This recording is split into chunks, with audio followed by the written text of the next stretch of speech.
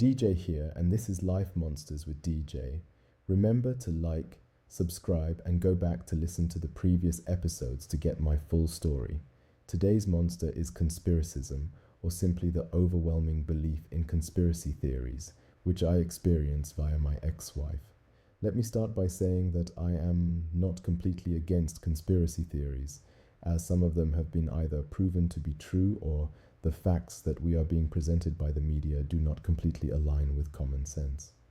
However, I think it becomes unhealthy when it crosses that barrier where nothing is believed or credible. With my ex-wife, I first started noticing it years ago, before social media really took off.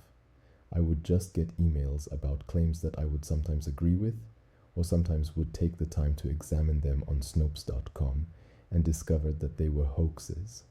Some of the things she would send I would agree with, but I started to notice when I would research and reply with an article or perspective that challenged hers, she would become angry as if I were personally attacking her. Her response was, "Well, what do you expect? They probably control that outlet as well." Or she would feel personally attacked, like I wasn't on her side if I didn't agree with whatever she was sharing. I would often wonder where she was getting the information that she was repeating. Sometimes she would be able to share. Other times she would claim to not have a good memory, but be adamant that the information was accurate. I would always try to figure out why her brain was so impressionable, or how she could blindly believe some of the things that she did. One time she actually stated to me that Google was wrong because what it stated was opposite to what she believed. You would think that she had to be joking, but she was not. She never went as far as to say the world was flat, but by the time the COVID vaccine came out, she was way on the other side. I was cautious and did some research, and opted to get my COVID shot. She adamantly told me that when I grew another set of arms, or caught cancer, or started acting crazy from the mind control emitted by the 5G towers, then I would know that she was telling the truth. So every time someone in the news did something weird, she would state that it was the vaccine. Well, I still only have 2 arms, don't have any known cancers, and in spite of my stressful existence due mostly to her, I am still sane. Now, to be fair, we both eventually got COVID, even though I was vaccinated, so it left a sour taste on my part for getting vaccinated.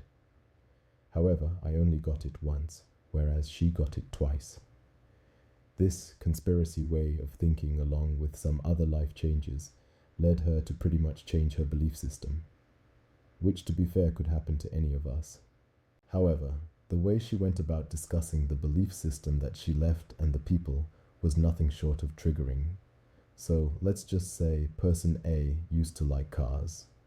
They drove cars, owned cars and the like. Then one day they had a change of belief. They believed that cars were evil as they pollute the environment and damage the ozone layer. Fine. So person A decides that they are done with cars. But they are married to someone who does not believe that cars are evil. So person B continues to drive his car. However, person A now berates person B for his choice, calling him a sheep, weak, a follower, telling person B that he is blind and does not know the truth. He is not enlightened, all because person B decided to stick with his original thought and belief around cars. Now replace cars with politics and/or religion, something on a more personal level, and you will better understand how the conspiracy theory monster drastically affected my life and our relationship. It did, however, bring to light one of the 2 biggest monsters I had to deal with, one being narcissism and the other being PMDD.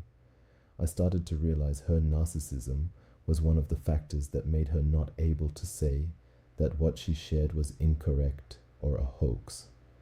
It was like she was deadly afraid of being wrong or being in any way corrected. There is a saying, ideas have consequences. That just means the things we allow into our system and choose to believe will eventually manifest in real life. See you next time.